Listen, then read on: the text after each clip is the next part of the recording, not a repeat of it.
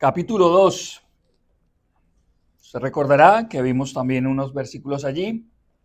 Colosenses, capítulo 2, desde el verso 16. Del 16 al 23. 2:16 al 23. Yo le pido por favor que en honor a la palabra de Dios se ponga de pie. Vamos a leer la palabra de Dios en este momento. Colosenses, capítulo 2, del verso 16 al 23. Vamos a leerlo. Verso 16, capítulo 2 de Colosenses. Por tanto, nadie os juzgue en comida o en bebida o en cuanto a días de fiesta, luna nueva o días de reposo. Todo lo cual es sombra de lo que ha de venir, pero el cuerpo es de Cristo. Nadie os prive de vuestro premio, afectando humildad y culto a los ángeles, entremetiéndose en lo que no ha visto, vanamente hinchado por su propia mente carnal, y no haciéndose a la cabeza, en virtud de quien todo el cuerpo, nutriéndose y uniéndose por las coyunturas y ligamentos, crece con el con el crecimiento que da Dios.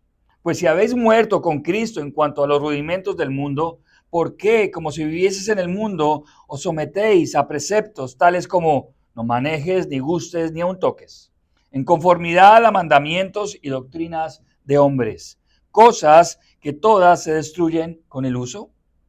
Tales cosas tienen a la verdad cierta reputación de sabiduría en culto voluntario, en humildad y en duro trato del cuerpo, pero no tienen valor alguno contra los apetitos de la carne. Oremos. Padre, estamos delante de ti esta mañana. Yo te pido, Dios, que utilices tu palabra para hablar a nuestro corazón. Enséñanos, permítenos, oh Dios, comprender tu palabra. Señor, que tu palabra encuentre un terreno fértil en nuestro corazón que pueda dar mucho fruto, Dios. También te pido por mi vida para que tú me utilices, oh Dios. Ayúdame a compartir tu palabra con claridad, con denuedo, Dios. Ayúdame, oh Dios, a solo ser un instrumento, una vasija de barro en tus manos. Señor, yo solo soy el mesero. Tú eres el chef, oh Dios, y no quiero modificar la receta. Solo quiero, Dios, predicar fielmente tu palabra. Ayúdame a lograrlo, por favor. Gracias por esta hermosa iglesia que tú estás creando para nosotros. Oramos en tu nombre, Jesús. Amén. Pueden tomar asiento.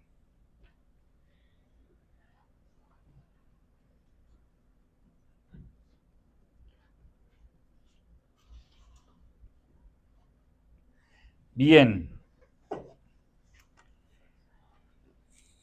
Quizás usted ha escuchado acerca de la historia bíblica conocida como la Torre de Babel. La Torre de Babel. Sí, no sé si usted la ha escuchado. Si usted quiere profundizar en esta historia, obviamente no es nuestro objetivo esta mañana. Está en Génesis, en el primer libro de la Biblia, en el capítulo 11, la historia de la Torre de Babel. Pero permítame hacerles un pequeño resumen de la Torre de Babel para que todos estemos alineados. Este es un evento histórico, sucedió.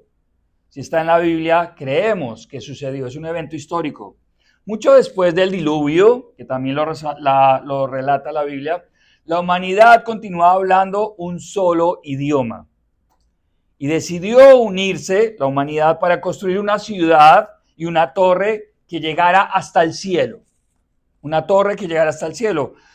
Muchos eruditos dicen que esta torre no era una forma vertical, era en forma de pirámide, no pirámide como las de Egipto, sino en forma de zigurat, que son como escalones. Es una forma un poquito distinta de pirámide. Así dicen los expertos que trataron de hacer esa torre hasta llegar al cielo. ¿Cuáles eran los objetivos de construir esta torre? Primero, y lo dice la Biblia, tener fama, reconocimiento en medio de los hombres. Y segundo, evitar ser dispersados, que puedan tener como una especie de faro y no ser dispersados. Sin embargo, Dios vio lo que estaban haciendo y no se agradó del orgullo del ser humano y su deseo de alcanzar el cielo por sus propios medios. Entonces, ¿qué hizo Dios? Confundió su lenguaje, haciendo que ya no pudieran comunicarse, no podían construir porque cada uno hablaba un distinto lenguaje. Allí fue el inicio de los idiomas, ¿no?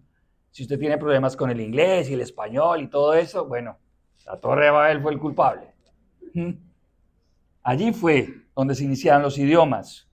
Como resultado, dejaron de construir la torre, obviamente, y se dispersaron por toda la tierra. La torre fue llamada Babel porque significa confusión. Confusión.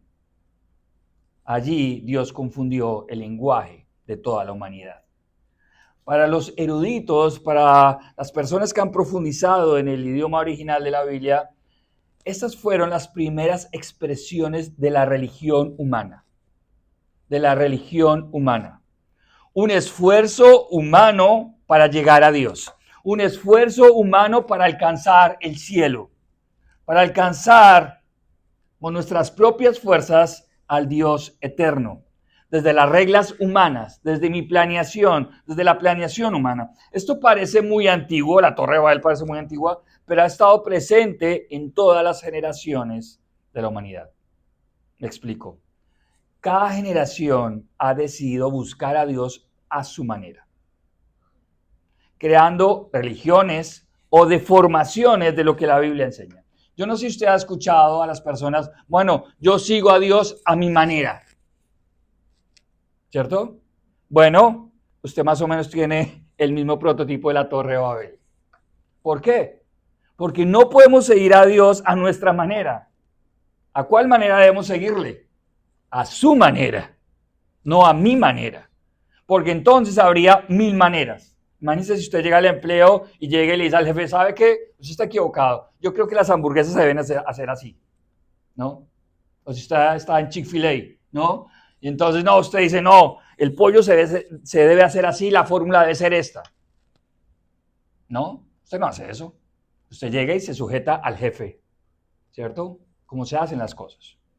Bueno, con Dios sucede igual. Él es el jefe, Él es el creador, Él decide cómo son las normas para relacionarnos con Él. No podemos hacer una torre para alcanzar el cielo. Y la religión humana busca eso. Hacer una torre o muchas torres para alcanzar al cielo a nuestra manera. La única religión verdadera es la que Dios define como verdadera. Él es Dios, Él es el creador, Él coloca las reglas. Él dice cómo el ser humano se puede acercar a Él, no al contrario. No es el ser humano que coloca las reglas.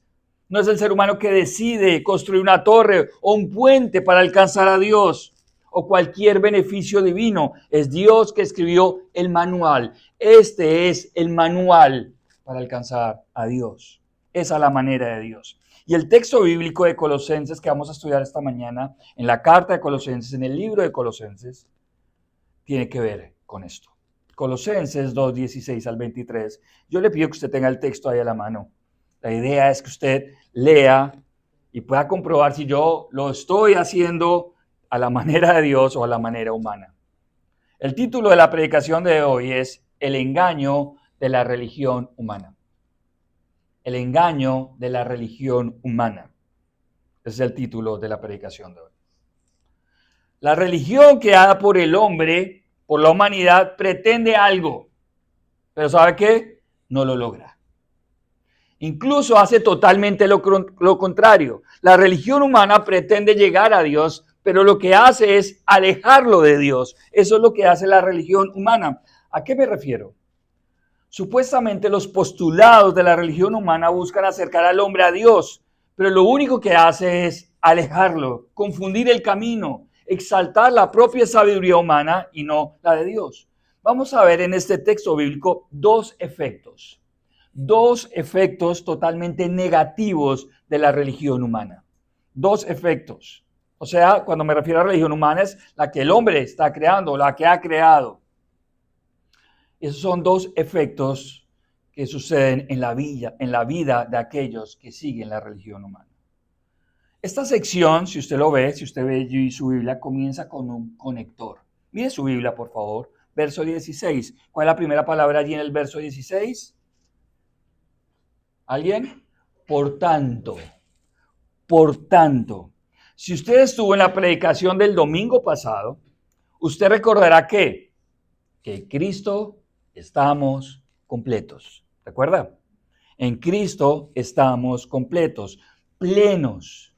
Solo Él nos puede dar plena sabiduría, Solo Él nos puede dar salvación perfecta. Solo Él nos puede dar completo perdón y victoria total. Eso fue lo que vimos hace 8 días, ¿recuerda? Cristo es suficiente. Todo lo que necesitamos para esta vida y para la vida eterna lo encontramos en Él. Eso fue lo que vimos hace 8 días. Ahora Pablo comienza esta sección con un por tanto en el versículo 16. Por tanto quiere decir que lo que vamos a estudiar hoy es la consecuencia lógica de lo que vimos hace 8 días. Si Cristo nos da la posibilidad de estar completos, de estar plenos, por tanto, es lo que vamos a ver. Ya que estamos completos en Cristo, por tanto, la consecuencia de la plenitud que Él nos da es lo que se contrapone al sermón de hoy. Me explico. Ese por tanto tiene que ver con 2 puntos negativos que vamos a estudiar hoy. Y eso realmente es lo que Pablo quiere evitar. Si tenemos la plenitud en Cristo, por tanto, evite estos 2 puntos. ¿Sí? ¿Sí me explico? Eso es lo que vamos a ver. ¿Cuál es el efecto número 1? El efecto número 1, la religión humana juzga desde el rito, pero no busca a Cristo. La religión humana juzga desde el rito, pero no busca a Cristo. Y les voy a dar el punto 2. Estoy botado. El punto 2 de una vez. La religión humana busca lo sobrenatural, pero no la sumisión a Cristo. El punto 2. La religión humana busca lo sobrenatural, pero no la sumisión a Cristo. Al final, estos 2 efectos tienen que ver con una religión basada en aspectos meramente externos y no aspectos del alma, del corazón. Vamos con el número 1, con el efecto número 1. La religión humana juzga desde el rito, pero no busca a Cristo. Versos 16 y 17. Vamos a recopilar un poquito aquí los elementos. 16 y 17, ve allí su Biblia. Por tanto, nadie os juzgue en comida o en bebida o en cuanto a días de fiesta, luna nueva o días de reposo, todo lo cual es sombra de lo que ha de venir, pero el cuerpo es de Cristo. Es necesario crear un marco de referencia para entender estos versículos. Es importante. En el Antiguo Testamento, Dios estipuló normas de dieta. Su pueblo podía comer cosas, pero también tenía prohibido comer cosas. Unas normas de dieta. Israel, su pueblo del Antiguo Testamento, no podía comer, por ejemplo, camello. ¿Sabían? No podía comer conejo, no podía comer cerdo, no podían comer mariscos, no podían comer anguilas, águila, buitres, cuervos, insectos, como moscas, gusanos, hormigas, lagartos. En Colombia comemos hormigas. Bueno, en una zona de Colombia se comen hormigas. No se podía comer hormigas, lagartos, serpientes, topos, ratones. Todo esto usted lo puede buscar en la Biblia, en Levítico capítulo 11, Deuteronomio capítulo 14, 2 libros de la Biblia en el Antiguo Testamento. ¿Cuál era el objetivo de Dios con este tipo de prohibiciones? Primero, era una prohibición ritual y espiritual para mantener puro al pueblo de Dios. Segundo, eran higiénicos, ya que muchos de estos animales podían traer muchas enfermedades y en ese momento la medicina, los medicamentos no estaban tan avanzados. Y tercero, culturales, para distinguir a Israel de las otras naciones paganas, lo que llamamos en términos bíblicos santidad, una separación del pueblo. También Dios había ordenado fiestas solemnes, incluso, como usted lee allí, incluso el día de reposo, el Shabbat para los judíos, el día de reposo. Todo este tipo de mandatos tenían una función temporal. Temporal. Usted ya puede estar tranquilo, puede comer mariscos. Es temporal. Con la llegada de Cristo, todo este tipo de leyes se cumplieron en Cristo. Todo este tipo de leyes hacían parte del antiguo pacto, pero ahora con Jesús están abolidas. De hecho, Pablo en el versículo 17, si usted mira allí, la Biblia lo confirma. Estas cosas eran sombra de lo que había de venir. Se refiere a Cristo y su llegada a la tierra. Pero adicionalmente, los judíos comenzaron a agregar muchas más leyes. Surgieron los fariseos. quienes comenzaron a agregar leyes humanas en nombre de Dios. Todo esto se convirtió en una práctica religiosa que solo se preocupaba por el rito externo. No coma esto, no tome esto. Tiene que ir a la fiesta de la Pascua, tiene que ir a la fiesta de los tabernáculos. El establecimiento religioso y el mismo corazón del hombre comenzaron a crear y a respetar este tipo de cosas, pero no desde el corazón. Las personas que hacían estas cosas que Dios había estipulado, porque Dios las estipuló, tenían que hacerlo desde el corazón. Desde el corazón. Hacían sacrificios en el templo y comían lo que Dios aprobaba, pero porque querían agradar a Dios. Si eran un buen hijo de Dios, lo hacían con la motivación correcta. Eran una persona religiosa. Pero también surge un elemento que quiero compartir con ustedes esta mañana, es el concepto del legalismo. Del legalismo. ¿Qué es el legalismo? Creer que cuando usted hace cosas, cuando usted obedece al rito, entonces eso lo salva. Repito, ¿qué es el legalismo? Creer que cuando usted hace cosas, obedece el rito, pero sin un tipo de compromiso interno, eso lo salva y lo acerca a Dios. No debemos confundir el legalismo con una decisión profunda de obedecer a Dios en todo. Ahora muchos creyentes ven a otro cristiano ser fiel a las Escrituras y lo tildan como legalista. No podemos confundir eso. El legalismo coloca su fe en el ritual externo. Eso es legalismo. Lo que Pablo está diciendo es que nadie debería juzgar a los creyentes de Colosas, de esta carta, por no continuar los ritos del Antiguo Testamento, porque eran temporales, eran una sombra, una proyección de lo que iba a venir. Estos creyentes en Jesús tenían la libertad de comer lo que estuviese bien en su conciencia. Ahora no estaban obligados a guardar el día de reposo o las fiestas solemnes. Solo por colocar un ejemplo, la Pascua del Antiguo Testamento era una fiesta solemne. ¿Qué se convirtió la Pascua? En la cena del Señor. En la cena del Señor. De hecho, la cena del Señor, la muerte del Señor en la cruz, está dentro de la fiesta de la Pascua. Hay un movimiento en Latinoamérica que se llama el movimiento de las raíces hebreas. Y está tratando de llevar a la iglesia cristiana a todas las prácticas judías del Antiguo Testamento. Eso no es bíblico. No es bíblico porque en Cristo todo eso era cumplido y era sombra de lo anterior, del Antiguo Testamento. Entonces, los nuevos creyentes que estaban aquí en este contexto judío estaban siendo juzgados, señalados por no seguir este tipo de ritos y de esa manera eran vistos como falsos religiosos o creyentes de segunda categoría por no seguir los ritos judíos. Amados hermanos, siempre el objetivo de Dios fue el corazón desde el Antiguo Testamento. Si los judíos guardaban la Pascua del Antiguo Testamento, lo tenían que hacer de corazón, como un acto de adoración. Que si guardaban el día de reposo, lo debían hacer como un acto de obediencia a Dios. De nada servía el ritual sin una actitud honesta del corazón. Esa fue la crítica de Jesús a los fariseos.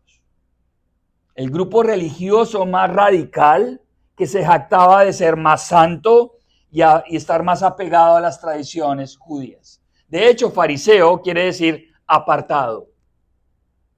Apartado. No, ahora el fariseo para nosotros es otra cosa, ¿no? Es un traicionero. Pero en esa época era la élite, eran los apartados, eran los santos de la época, ¿no? Lo que decía un fariseo, hay que hacerlo porque él está preparado y además guarda perfectamente todas las leyes, no solo del Antiguo Testamento, sino las que se inventaron en la tradición religiosa. Pero miren lo que le dice Jesús a los fariseos. Mateo capítulo 23, no lo busque, yo lo tengo acá, si usted lo quiere anotar allí en sus notas. Jesús le dijo a los fariseos, Mateo 23, 27 y 28. Miren lo que dice. Jesús, ay de vosotros, ese ay quiere decir pobres de ustedes, le dice al fariseo, a la estructura religiosa. Ay de vosotros, escribas y fariseos hipócritas, porque sois semejantes a sepulcros blanqueados, que por fuera a la verdad se muestran hermosos, mas por dentro están llenos de huesos, de muerte y de toda inmundicia. Así también vosotros por fuera, la verdad, os mostráis justos a los hombres, pero por dentro estáis llenos de hipocresía e iniquidad. ¿Pueden ver aquí la diferencia que Jesús está viendo? Estas personas se presentaban bonitos, bien peinados, bien arreglados, los religiosos de la época. Pero Jesús ve el corazón. ¿Y qué dice? Son unos hipócritas. Todo el estamento religioso era externo, para que me vean, pero el corazón, poco. Y Jesús lo ve. Jesús lo ve. Esto deja en claro que el ritual no salva, no justifica al hombre delante de Dios. Por eso, los creyentes no debemos perseguir el ritual, colocando nuestra confianza en tradiciones de hombres. Tampoco debemos permitir señalamiento por no seguir esas tradiciones religiosas. Los creyentes en Cristo tenemos libertad en Él. Estamos libres de los ritos del Antiguo Testamento y de los ritos de los seres humanos que han añadido tradiciones a lo largo de la historia. Así que debemos ser sabios. Tenemos libertad con relación a estas leyes del Antiguo Testamento y de tradiciones humanas, pero eso no nos da el permiso para caer en el libertinaje. Libertad sí, libertinaje no. Al pensar que como nadie nos puede juzgar, entonces podemos hacer lo que se nos antoja. No. De hecho, la Biblia espera que podamos juzgar con justo juicio. De hecho, la Biblia espera que tengamos un buen juicio para amonestar y aconsejar al hermano. Si no tenemos un buen juicio, ¿cómo vamos a poder aconsejar al hermano? No es bíblica la frase, el único que me puede juzgar es Dios. No es bíblica esa frase. Vimos el miércoles en nuestro estudio bíblico que debemos buscar al hermano que está en pecado para llevarlo al arrepentimiento. Eso es amor. Ojo, juzgar no es condenar. Juzgar es cuando usted ve algo que está mal en relación a la palabra de Dios y usted tiene que dar un veredicto. Cuando usted dice, ¿sabe qué? Mentir está mal. Usted está haciendo un juicio. Mentir está mal. Y tiene que buscar la manera de amonestar al hermano.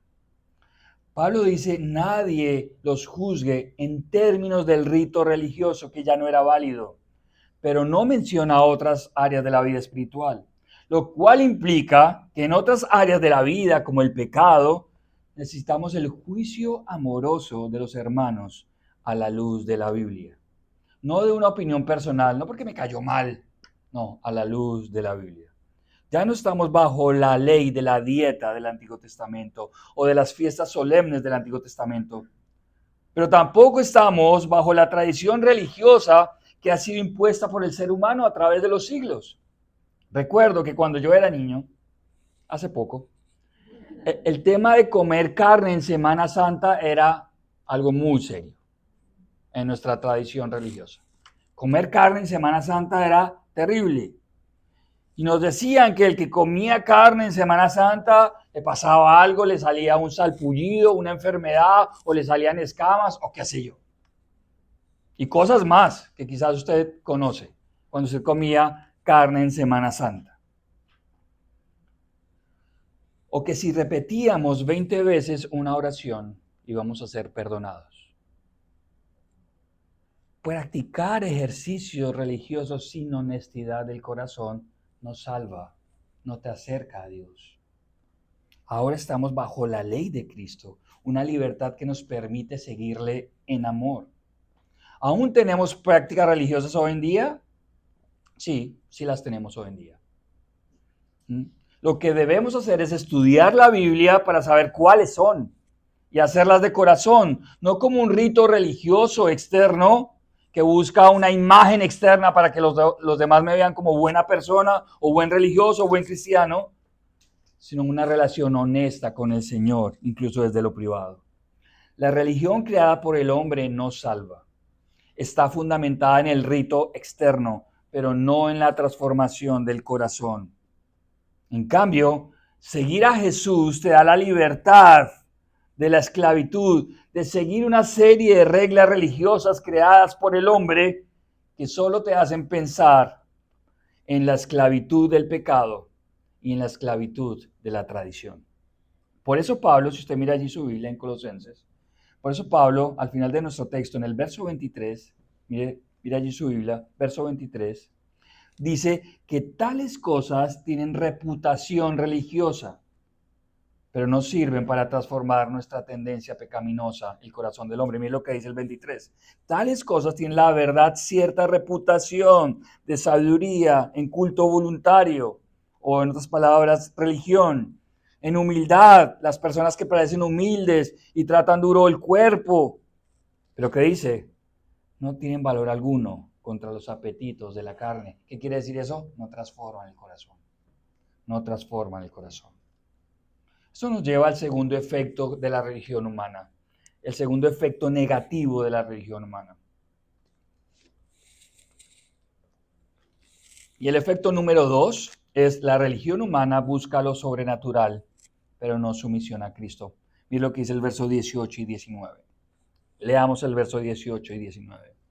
Nadie os prive de vuestro premio, afectando humildad y culto a los ángeles, entremetiéndose en lo que no ha visto, vanamente hinchado por su propia mente carnal, y no haciéndose de la cabeza en virtud de quien todo el cuerpo, nutriéndose y uniéndose por las coyunturas y ligamentos, crece con el crecimiento que da Dios. Parece un poquito complicado, pero ya lo vamos a explicar.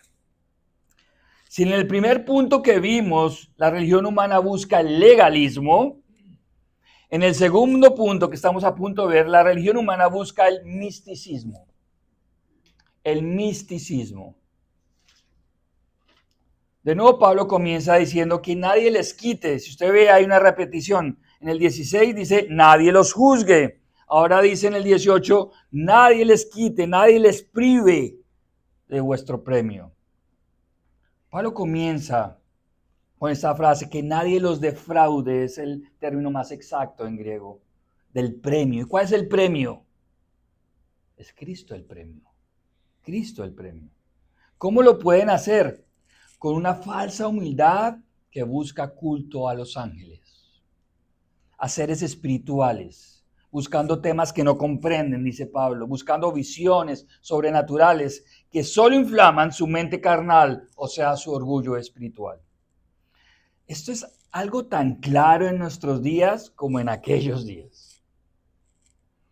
En el tiempo en el que esta carta fue escrita estaban los gnósticos, yo lo mencioné en el live group, los gnósticos, no los agnósticos que son distintos, los gnósticos, y comienza con G, gnósticos.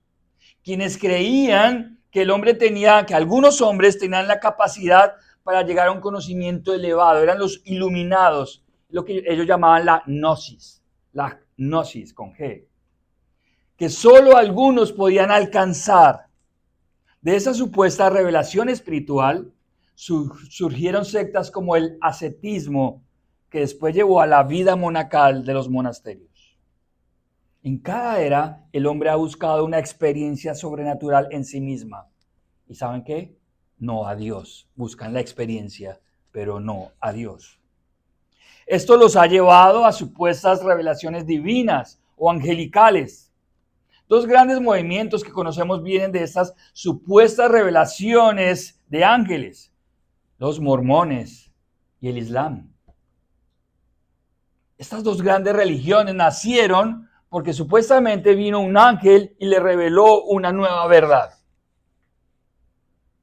Pero también sucede en el medio evangélico con sus supuestas revelaciones que Dios da a supuestos ungidos. Lo vemos todo el tiempo. Dios me dijo que te dijera.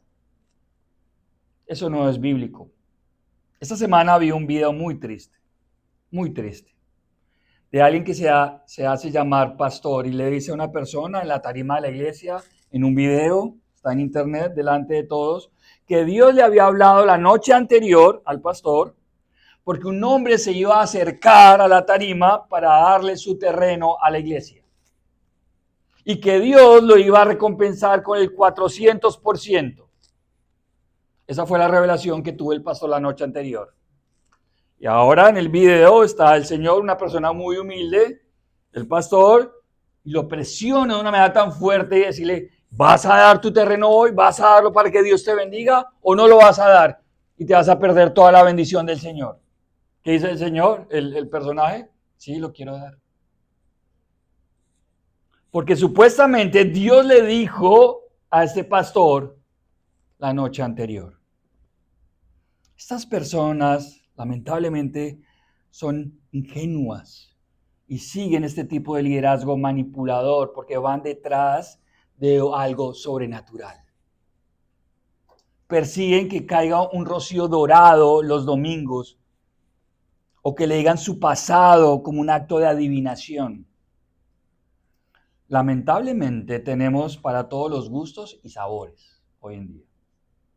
Pseudo pastores que manipulan la Biblia y el Dios me dijo para volverse más ricos o que supuestamente pueden sanar a todo el mundo, pero nunca van a un hospital. Es triste ver este tipo de espectáculo y quienes saben que la gente quiere ir detrás de estos actos místicos para satisfacer el hambre de experiencias religiosas. Quiero aclarar algo. La Biblia enseña que Dios es poderoso. ¿Puede sanar? Sí, puede sanar.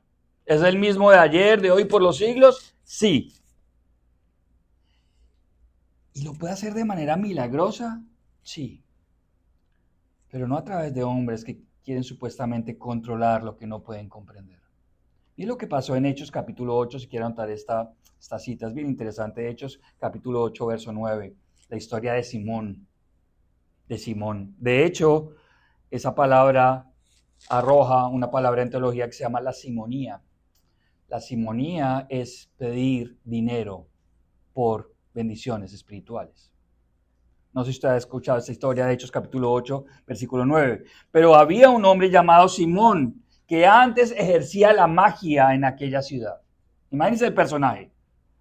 Y había engañado a la gente de Samaria haciéndose pasar por algún grande. Otra vez, ahí está el tema de la religión que quiere impactar. A este oían atentamente todos, desde el más pequeño hasta el más grande, diciendo, este es el gran poder de Dios, pero no era el poder de Dios, era de un mago.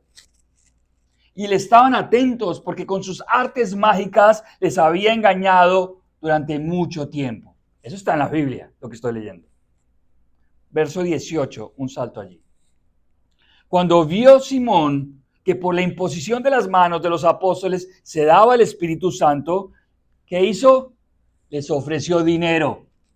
¿A quiénes? A los apóstoles, diciendo, dadme también a mí este poder para que cualquiera a quien yo impusiera las manos reciba el Espíritu Santo. Entonces Pedro le dijo, tu dinero perezca contigo, porque has pensado que el don de Dios se obtiene con dinero. No tienes tu parte ni suerte en este asunto, porque tu corazón no es recto delante de Dios. Arrepiéntete, pues, de esta tu maldad y ruega a Dios si quizás te sea perdonado el pensamiento de tu corazón, porque en hiel de amargura y en prisión de maldad veo que estás. Personas que creen que pueden comprar la bendición de Dios. Vivimos los mismos días de Colosas. Personas que buscan al Dios sobrenatural para tener poder sobre la gente, para manipularla y para ganar dinero. Yo quiero ser muy honesto con ustedes. A mí me duele ver esas escenas de internet. Es doloroso. Me da profunda tristeza ver a estos pseudopastores aprovecharse de la gente. Porque la multitud va detrás del culto a lo sobrenatural. La gente es responsable, mis amados hermanos, por no leer su Biblia. Pero el líder religioso es doblemente responsable por enseñar de Dios con engaño. La religión humana siempre ha buscado el poder sobrenatural de Dios, pero no la transformación del corazón, no el arrepentimiento de corazón. Y no me refiero a personas que buscan a Dios para que le responda de manera sobrenatural. Me refiero a aquellos que buscan revelaciones especiales para manipular. Estas personas, dice el verso 18 y 19, alejan a los creyentes del verdadero premio, que es Jesús. El verdadero premio no es la experiencia religiosa, es Jesús. Estas personas, dice el verso 19, no están, mire su verso, mire la Biblia en el verso 19, no están dispuestas a sujetarse a la cabeza de la iglesia. ¿Quién es la cabeza de la iglesia? Cristo. Solo si los creyentes nos sujetamos a la cabeza, el cuerpo que es la iglesia, se nutre y crece con el correcto crecimiento que solo da Dios, dice el versículo 19. La religión humana no se sujeta a Cristo, ni a sus palabras, ni a la Biblia. Busca la experiencia religiosa por encima de todo, incluso llegando al punto de enseñar asuntos espirituales que ni siquiera tiene la capacidad de entender, buscando visiones, nuevas revelaciones, nuevos poderes espirituales. La revelación completa de Dios, mis amados hermanos, está en este libro, en las palabras de Dios, no en la religión humana, no en la tradición humana. El verdadero cristianismo no es la suma de la revelación de Jesús y la revelación de un ángel o de un pseudopastor o de un pseudoprofeta. No, no es la suma. No le puedo sumar a la Biblia algo que Dios me reveló. No. Mira lo que dice 2 de Pedro 1.3. 2 de Pedro 1.3. Como todas las cosas que pertenecen a la vida y a la piedad nos han sido dadas por su divino poder, mediante el conocimiento de aquel que nos llamó por su gloria a la excelencia. Todas las cosas que pertenecen a la vida y a la piedad, a la vida espiritual, nos han sido entregadas. ¿Cómo? A través de la revelación de Cristo. Usted no tiene que buscar una nueva revelación. Vaya a la Biblia. Vaya a la Biblia. ¿Quiere que Dios le hable audiblemente con una voz? Hable la Biblia en voz alta. Ahí Dios le habla. ¿Sí? Todo lo que necesitamos lo tenemos aquí, no en una visión. La religión humana no se sujeta a la cabeza para ser guiada, que es Cristo. Siempre está en búsqueda de algo nuevo, una nueva revelación. Pero adicionalmente, la religión humana no busca el arrepentimiento del pecado. Quiere la sensación, quiere la emoción, quiere la experiencia, quiere el milagro. Pero el arrepentimiento del pecado, quizás no. No lucha en contra de los apetitos de la carne del verso 23. No busca identificarse con su muerte, verso 20. La religión humana no busca morir a una antigua manera de vivir. Solo busca lo sobrenatural porque su mente está envanecida de orgullo y de poder. La religión humana busca lo sobrenatural, pero no someterse a Cristo.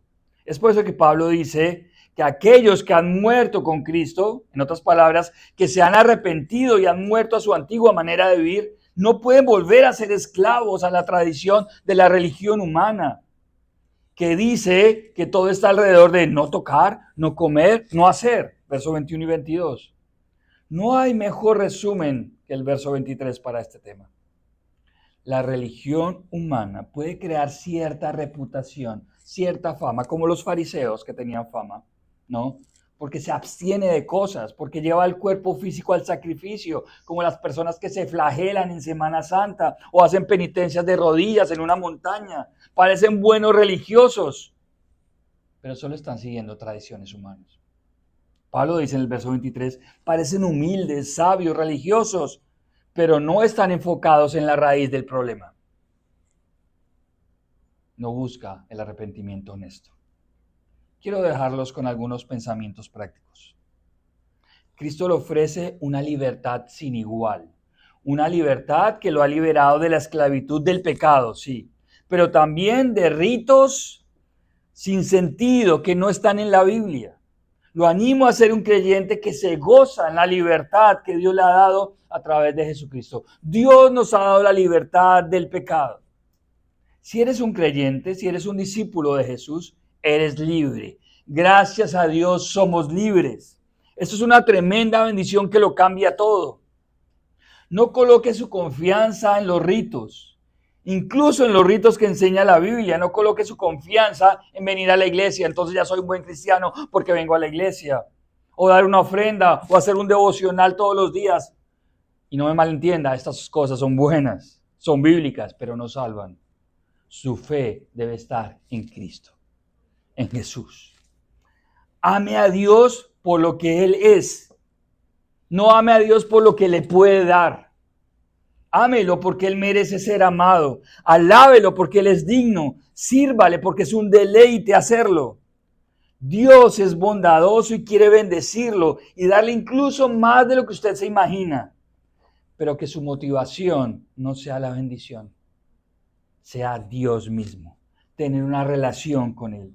Hebreos 11:6 dice que Él es galardonador de los que le buscan. No tenemos un Dios tacaño. Dios quiere dar, pero primero búsquelo a Él.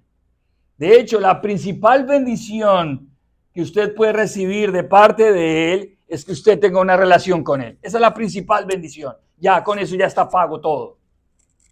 Pero es tanta su bondad, tanta su misericordia, que Él promete que si usted le busca honestamente, también lo va a galardonar, también lo va a recompensar. La religión humana es un engaño. Solo busca el rito o el poder sobrenatural. La religión humana es como una torre de Babel, un esfuerzo humano para llegar al cielo por sus propios medios, pero no sirve para nada. Busca a Cristo. Esa es la verdadera religión, la que se sujeta a Cristo y disfruta de Él para siempre. Hazlo hoy, hazlo hoy. Yo te animo a que los hagas hoy. Decide creer en Cristo. Decide pedir perdón por tus pecados y morir a tu antigua manera de vivir. Eso es lo que la Biblia enseña, que es el camino para encontrar a Cristo, el arrepentimiento.